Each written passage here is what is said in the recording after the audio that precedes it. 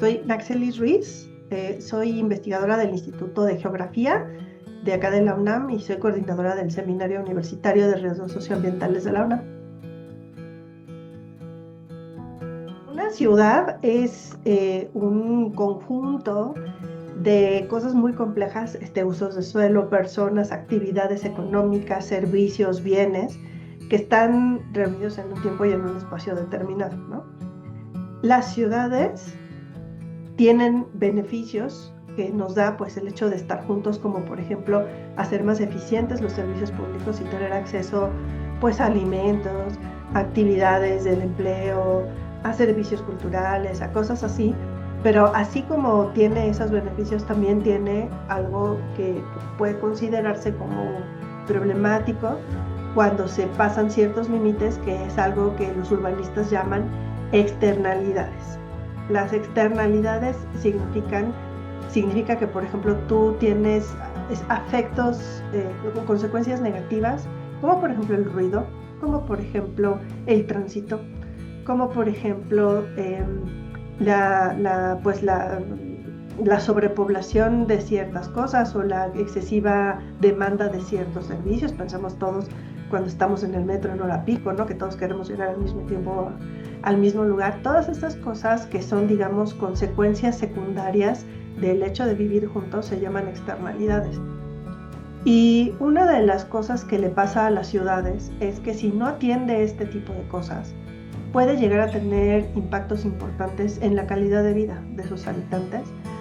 Y para nosotros la idea de calidad de vida y de bienestar es muy importante porque es un parámetro también para medir a quién no le está yendo tan bien, ¿no? ¿Quién no está logrando esa calidad de vida? Y ese bienestar y esas condiciones óptimas que le permiten pues hacer que aproveche al máximo, ¿no? Tanto su vida como lo que la ciudad le puede ofrecer. Entonces a esas personas que no logran eso, en las ciudades les llamamos vulnerables. Esas vulnerabilidades tienen muchas expresiones. A veces son ante desastres, pero a veces también son ante esas externalidades mal manejadas. Y entonces, por ejemplo, si hay un tránsito poco regulado, pues una persona que se lastima, o sea, que sale lastimada en un incidente de tránsito, pues también puede ser vulnerable, ¿no? Es decir, la vulnerabilidad se mide en función justamente de la posibilidad de lograr ese bienestar a través de medidas como la integridad, la calidad de vida, la posibilidad de tener una vivienda adecuada, la posibilidad de recibir una alimentación adecuada, ¿no? Entonces, todas esas cosas que no logramos y que tienen que ver con la forma en la que la ciudad se organiza es parte de lo que nosotros llamamos vulnerabilidad. Entonces, lo que nosotros lo que se buscaría para una ciudad es, uno, que fuera sostenible en términos ambientales, pero también que atienda esas diferentes expresiones de vulnerabilidad, atendiendo, por ejemplo, a todos esos factores o externalidades que vive la ciudad y que son un gran debate acerca de la vida urbana. O sea, en las ciudades nos las pasamos hablando de cómo hacer que mejore el transporte público, de cómo hacer, por ejemplo, que los usos de suelo sean adecuados, de que haya agua, de que, o sea, todas estas cosas ocurran, ¿no? Y al mismo tiempo también hablamos de cómo hacer que haya una reducción de los riesgos en las ciudades.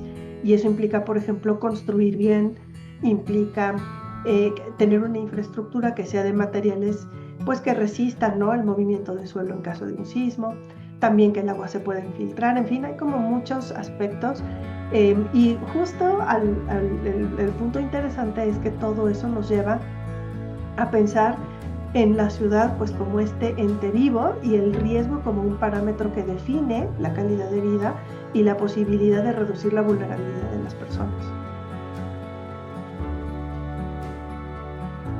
Estas ciudades tienen, para empezar, un proceso de planeación importante. A veces pensamos que las ciudades de México no tienen planeación, pero fíjate que es paradójico. En realidad las ciudades de México tienen mucha planeación. El problema es que esa planeación pues no necesariamente cumple con las características de lo que debe tener es una planeación efectiva, ¿no? Y a veces pensamos que planear pues significa hacer planos, ¿no? Pero no, planear significa tener acuerdos políticos acerca de hacia dónde queremos ir, ¿no? Entonces, una de las primeras características que tiene cualquier ciudad o asentamiento es tener acuerdos, y también acuerdos en el sentido de vamos a hacer esto, pero también de alguna manera como de un ambiente de respeto a esos acuerdos, ¿no? Entonces, si nosotros estamos diciendo, por ejemplo, que no queremos que las ciudades se expandan, sino que aprovechen su infraestructura, pues ese es un acuerdo que implica regular usos de suelo y justamente poner límites al tamaño de la ciudad, porque el tamaño de la ciudad tiene un gran peso en definir también sus riesgos, ¿no? Una ciudad que se expande, que toma sus entornos, que invade sus servicios ambientales en sus áreas periurbanas, es una ciudad que definitivamente va a tener problemas en cuestión de riesgos en provisión de agua y en cosas de este tipo, ¿no? En el manejo de sus residuos. Entonces, creo que una de las primeras cosas es planear en el sentido de vamos todos nosotros que vivimos en las ciudades que somos distintos entre nosotros, vamos a tomar acuerdos y vamos a definir hacia dónde queremos. Y una vez que tenemos esa idea de sí, queremos esto y esto y esto para nuestra ciudad, pues lo siguiente es tener las herramientas técnicas, jurídicas, tecnológicas para poder llevar a cabo esa visión de lo que queremos lograr, ¿no? Y también considerar las características naturales y ambientales y los límites que te da el territorio. Si tú estás en un territorio y quieres hacer una mega ciudad y resulta que estás en un territorio donde no hay agua, donde el agua subterránea es limitada y no hay precipitación, pues felicidades, no puedes hacerlo porque hay un límite, ¿no? Y así como está el del agua, también está el límite por ejemplo, de lo que puedes hacer con tu subsuelo. A veces, por ejemplo, en las zonas costeras, pues tampoco no puedes expandirte hacia tus zonas de manglar o a las zonas que tienen ciertas funciones ambientales, ¿no?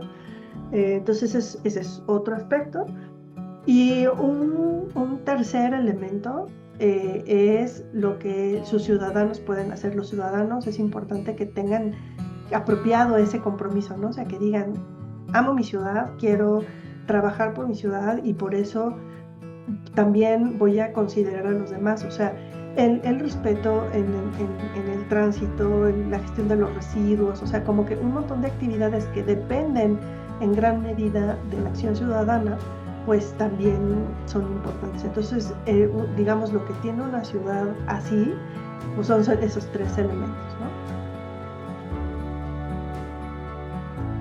México no es para nada el paradigma de lo que acabamos de mencionar. O sea, la Ciudad de México a lo largo de la historia pues ha respondido a otros aspectos que no tienen que ver con lo que acabamos de mencionar, ¿no? La ciudad es una ciudad que pues, por razones políticas pues se asentó en un lago, que hizo un dominio de su entorno regional, que era un entorno lacustre, y que cuando fue la conquista pues crece en esta área con muchos problemas, porque prácticamente desde el siglo XVI empezaron a manifestarse problemas importantes relacionados a los nuevos asentamientos impuestos por los conquistadores españoles en un entorno que no estaba para nada cercano a lo que se podía hacer allí. Entonces, pues a lo largo de la historia hemos visto que la ciudad crece pues donde histórica, políticamente, económicamente es factible que crezca, pero no necesariamente donde vamos a tener las mejores condiciones para quienes la habitan, ¿no? Entonces, pues en la ciudad tenemos lecciones muy duras acerca de las consecuencias de lo que ha pasado allí, como por ejemplo el hundimiento del suelo, que en algunas partes de la Ciudad de México en este momento es un gran problema, pero que, fíjate, eso es una cosa que yo a veces digo en las charlas y que pues así dices, ay, qué exagerada, pero muchas veces mencionamos que los problemas actuales que vemos, por ejemplo, de fracturamiento, de hundimiento, de sismo, de muchas cosas así, no empezaron ayer o no empezaron con el sismo, sino empezaron probablemente con la conquista en 1521, ¿no? Porque pues en realidad hay una historia larguísima de asentamientos que pues estaban bajo ciertas lógicas, pero que no son apropiados para ello. Entonces, pues en el futuro vamos a tener que atender muchas de estas cosas si queremos que la ciudad sea una ciudad viable. ¿Qué significa que sea una ciudad viable? Que tenga, por ejemplo, una temperatura apropiada. La Ciudad de México, por la forma en la que ha crecido, pues está manifestando un fenómeno que se llama isla de calor urbano. La isla de calor significa que adentro de la ciudad, en las zonas centrales, como por ejemplo, pues en nuestro caso el centro, Venustiano Carranza, zona del aeropuerto, quizás algunas zonas de Iztapalapa, en ciertos días del año puede haber una diferencia de hasta 17, 20 grados centígrados, son otras zonas que están más afuera de la ciudad. Por supuesto, tiene que ver con la vegetación, tiene que ver con que pues, está el pavimento, está el concreto, y el pavimento, el concreto, el vidrio, todos estos materiales absorben mucho el calor, y el calor en la superficie se siente así tremendo. A todos nos ha pasado ir caminando por la calle y sentir calientísimos los pies. De hecho, el año pasado hubo un registro en Iztapalapa de que la temperatura a nivel del suelo llegó a 50 grados centígrados, ¿no? Aunque digamos que en la atmósfera no tiene esa temperatura, el suelo sí que la tiene. Entonces, por ejemplo, ese tipo de fenómenos, si un día llega una onda de calor y estamos en medio pues, de este efecto de isla de calor urbana, nos va a ir re mal, ¿no? Porque de verdad se vuelve muy complicada la movilidad, tiene implicaciones en la salud de ciertas personas vulnerables, adultos mayores, personas cardíacas, en fin. Entonces es un gran problema. La disponibilidad de agua es otro problema. Frenar el hundimiento y el fracturamiento es otro problema. Regular las construcciones y promover a que haya una seguridad de nuestra infraestructura hídrica es otro problema. Entonces, como que esos problemas que vienen de muchos siglos atrás están manifestando y se van a manifestar en el futuro, y creo que una de las grandes responsabilidades que va a tener la ciudad es justamente pensar cómo va a atender esos problemas de aquí a una década, 2 décadas, 3 décadas, porque si no, la viabilidad de la ciudad podría verse incluso en juego, y muchas veces tú vas a decir, bueno, ¿para qué invierto en una ciudad? O por ejemplo, en una vivienda que no va a tener agua, en una vivienda que va a tener una distancia grande a los centros del trabajo, y pues allí ya empieza a haber un tema también de competitividad de la ciudad y de calidad de vida en la ciudad, ¿no? Entonces, como que venimos arrastrando esa historia, y al proyectarnos al futuro, definitivamente estos son uno de los grandes temas que vamos a tener que ver.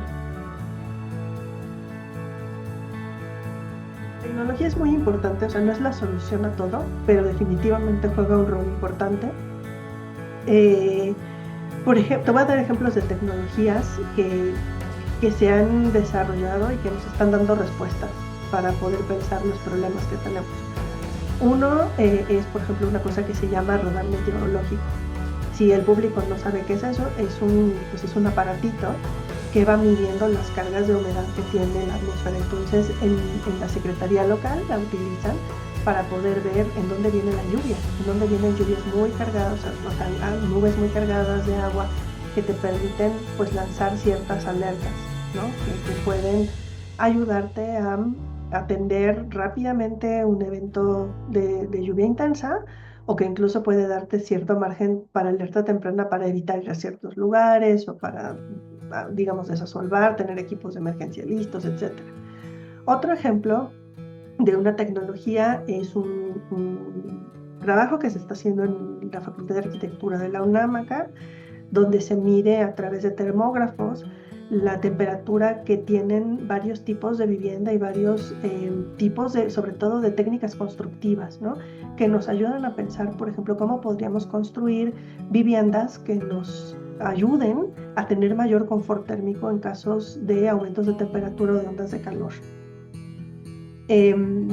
Tenemos también toda la red que ya está instalada de las estaciones acelerográficas de la Ciudad de México, donde podemos medir, por ejemplo, con qué intensidad sísmica se sienten estos sismos en diferentes partes de la ciudad, y que nos ayuda, por ejemplo, a planear el reglamento de construcciones y a ver cómo podemos ayudarle a las construcciones a ser más resistentes, en este caso sí más resilientes. Y así, o sea, tenemos como varios ejemplos de tecnología que pueden ayudarnos a pensar tanto en el corto plazo como en el largo plazo, cómo atender varios de estos problemas que hemos estado mencionando. tenemos dos grandes retos. Uno es precisamente como entender y modelar que estos problemas de los que hemos estado hablando tienen muchas causas, no son, digamos, lineales. Entonces, si yo hablo, por ejemplo, del clima de la Ciudad de México, ahí hay muchas cosas que hay que atender. Hay que atender, por ejemplo, fuentes fijas y móviles de contaminación. Tengo que atender el tema de cómo estamos construyendo. Tenemos que atender cómo cuidamos el arbolado urbano. O sea, tenemos que atender muchas cosas que van influyendo en cierta medida en cómo se está manifestando el clima en el largo plazo, ¿no? Cómo va a cambiar el clima en el largo plazo. Entonces, creo que para los tomadores de decisiones, modelar de forma compleja un problema es difícil, ¿no? Porque estamos acostumbrados pues, a que la Secretaría de Movilidad ve lo de movilidad, y a que el sistema de aguas ve lo de agua, y a que lo de la Secretaría de Medio Ambiente pues a lo mejor ve lo del arbolado, ¿no?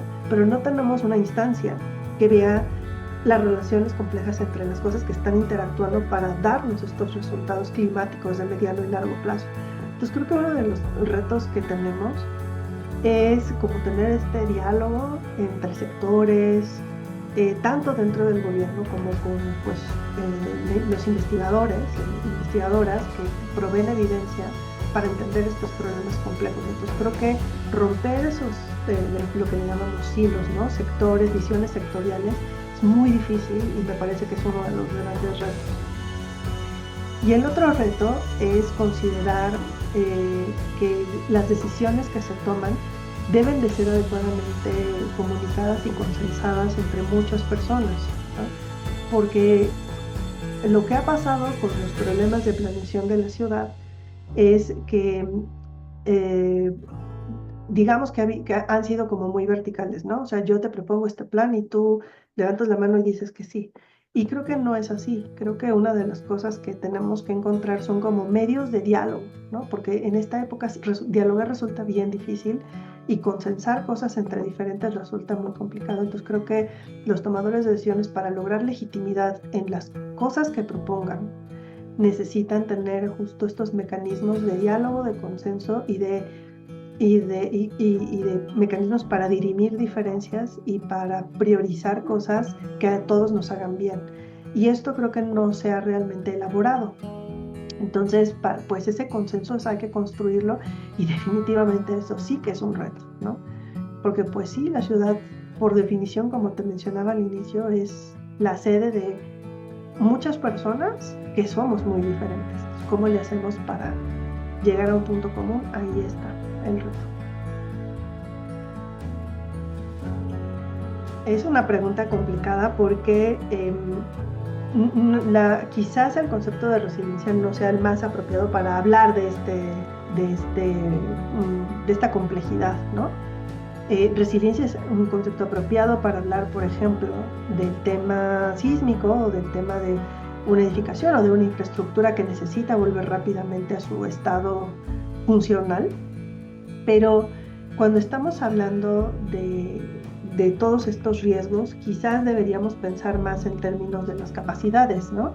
¿Es capaz la ciudad de proveer calidad de vida y bienestar, considerando que esto de alguna manera es una expresión de una reducción del riesgo? O sea, sé que suena un poco extraño, pero en realidad lo que estamos buscando con la reducción del riesgo no es que haya menos fenómenos, porque los fenómenos muy seguramente van a seguir pasando, sino que las personas y los entornos urbanos sean menos susceptibles a esos entornos, porque tienen una buena calidad de vida de por sí.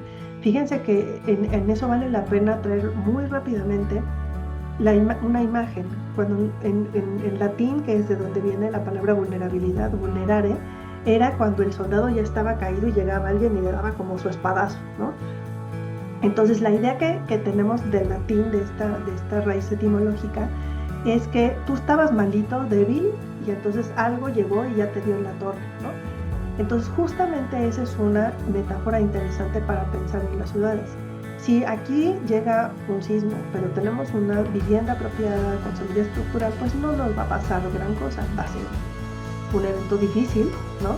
pero no se vayan a caer y no vamos a tener un montón de personas en casa ni nada. Entonces, justamente eso es lo que estamos buscando, ¿no? O sea, cómo pensar en una ciudad que es capaz de ofrecer a sus habitantes seguridad urbana, bienestar, y que a partir de eso, entonces, ya no es tan vulnerable a ciertos fenómenos intensos que se puedan llegar a presentar. Y pues eso es justamente lo que estamos buscando. Y la Ciudad de México lo es, no, no, definitivamente no lo tiene, ha estado trabajando en llegar a eso, ¿no? Creo que en ciertas cosas hay avances muy importantes y en otras tenemos una gran agenda pendiente, ¿no? Por ejemplo, les doy un ejemplo en la que sí estamos, bueno, que sí hemos avanzado. Em, Creo que en la construcción nueva hay muy buenos resultados gracias a un reglamento de construcción muy bueno, que tiene sus limitaciones en la implementación, pero que es muy bueno. Pero tenemos un gran problema con la vivienda existente porque no tenemos un mecanismo social para poder hacer una intervención en la vivienda existente que es vulnerable, que ya está viejita, que está fatigada, y que pues es precisamente donde podemos tener a lo mejor a la población con menos recursos y con menos posibilidades de pagar un especialista en ingeniería que les pueda ayudar a tener pues esta visión de cómo hay que intervenirla y por supuesto el dinero y el financiamiento, ¿no? Entonces tenemos claroscuros, tenemos avances en ciertas cosas y tenemos muchos pendientes en otras.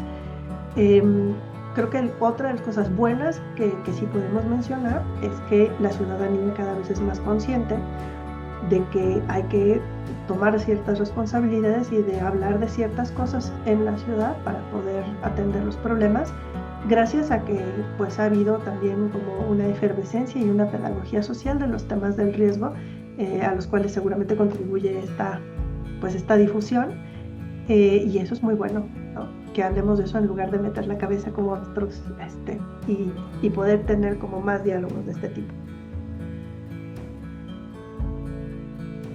Muchas maneras. Una es que ahorita que va a iniciar el proceso nuevamente de publicación y consulta del Plan General de Desarrollo y del Programa General de Ordenamiento Territorial de la Ciudad de México, pues por mandato constitucional tiene que haber una consulta.